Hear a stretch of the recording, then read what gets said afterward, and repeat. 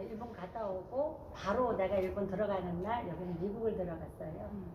미국을 들어갔고 그러면서 이 여정이 사실 어제 그저께죠. 토요일 날 우리가 이제 외부 에아드 팀들이 와서 선포하게 하셨는데 선포하기 전 토요일 날 무슨 일이 있었냐면 3월 1일이죠.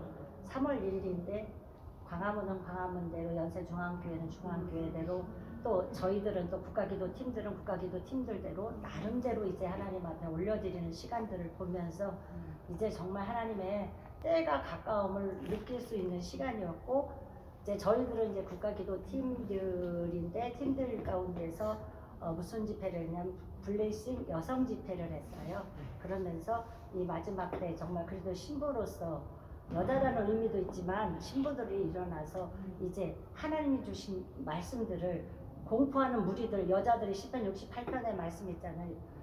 소식을 공포하는 무리들이 일어나야 되는 때이기 때문에 이제 그 말씀 토대로 시작을 했는데 마지막 날은 이제 남자들도 같이 연합해서 전진하는 시간이 있었어요. 그래서 마지막 타임을 우리 박 목사님이 했었고 그 집회를 제가 등록을 하지 않았는데 가고 싶은 감동이 있어서 등록 안 한 상태로 첫날 안 가고 둘째 날부터 갔는데 둘째 날은 이제 기도하다 보니까 북한의 세터민들 간증 집회와 더불어 북한을 기도하는 게 있었고 마지막 날은 이제 같이 연합해서 어떻게 나갈 건가 선포되어지면서 마지막에 우리 남자들하고 함께 그 전진하는 선포를 하게 되어지는데 그 키가 뭐였냐면 저희들이 이 여정을 했다는 얘기를 누구한테도 나눈 적은 없었어요. 만나지 않았기 때문에. 근데 동일하게 그날 부목사님이 선포한 게 부흥의 때를 첫 멘트로 선포를 했고 이제 부흥의 때가 시작되어서 예언적으로 이제 전진하게 됐는데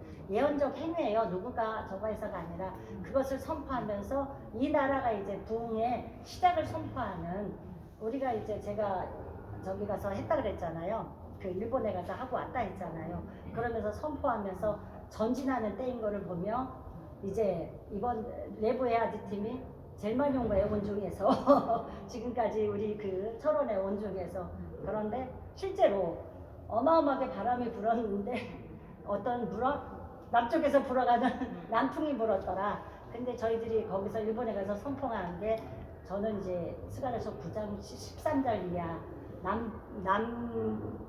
남방 해오리 바람을 타고 주님이 행차하신다는 거를 선포를 했는데 실제 그래서 그 말씀도 선포하는 기회가 되어졌고 그러면서 이제 목사님이 얘기를 했잖아요. 부흥의 세대 때에 어떻게 주님의 영광을 앞으로 어떻게 살아나갈 것인가를 얘기를 했는데 그거를 잠깐 나누고 싶은 건 저는 그걸 경험을 해봤어요.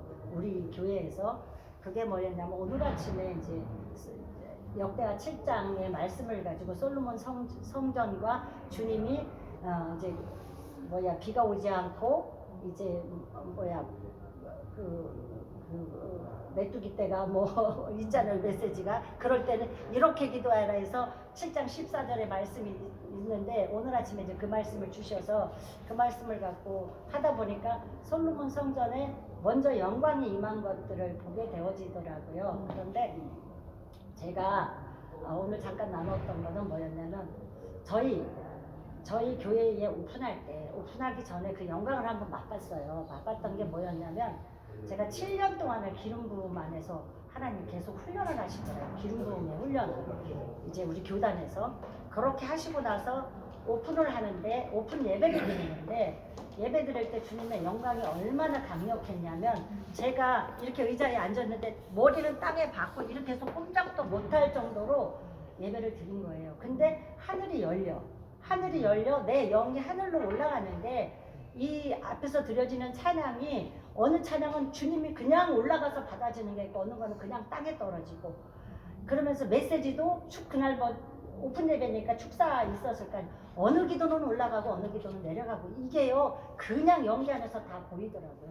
보이는데 동일하게 그 영광 안에서 그날 제가 이제 우리가 이제 어쩌면 진행자잖아요. 진행자인데도 일어나지 못하는 임재 가운데 엎드려서 정말 나중에 보니까 콧물 눈물이 다 이렇게 쏟아진 상태고 사람들 있기 때문에 울 수도 없는 통곡의 소리를 하면서 했었는데 그때 이제 예배를 드리고 나니까 두 부류가 딱 나타나는 거예요. 한 분은 어마어마한 영광 안에서 이렇게 예배를 이렇게 드려보기가 이렇다 이제 그러면서 칭찬하는 부류가 하나 있었는가 하면 한 부류는 제가 귀신 들렸다는 거예요. 어떻게 오픈 예배에 진행자가 저렇게 엎드려 울고만 있느냐. 그러면서 비난의 소리가 두 개가 동시에 들려오는 거예요.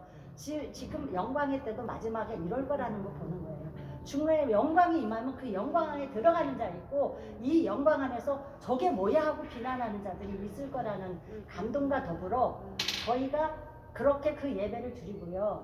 저희 교회가 영광이 임해서 누가 와서 보면 하늘문이 열렸는데 어느 정도냐면 2층, 3층을 저희들이 2층은 예배실이 치유실이고 3층은 예배실이었는데 이 예배 가운데 그 1층에 올라오려고 계단을 올라오려면 그냥 임재가 아까 얘기한 것처럼 임재가 강해서 기어 올라오는 거예요.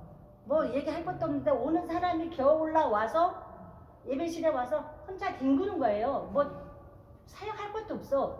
혼자 뒹굴다가 2시간 울고 회개하고 뒹굴다가 결론은 내가 그 얘기를 결론은 뭘 얘기하냐면 내가 북한에 이렇게 사역하겠다고 첫사랑 주님 첫 번 만났을 때 이 자기가 하나님 앞에 드려진 고백이 거기서 생각이 난 거예요. 회개하고 난 다음에 그러면서 내가 이걸 잃어버리고 여태까지 살았네.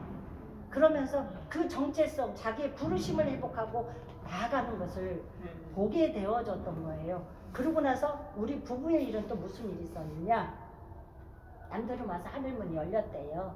근데 우리는 이제 그동안 사역하면서 사역자로서 뭐를 해서 분도 다 속에서 삭히고 이래 해놓으니까 이 안에 분노가 해결이 된 게 아니고 이게 다 삭힌 것도 분노더라고요. 이 안에 있었던 거예요.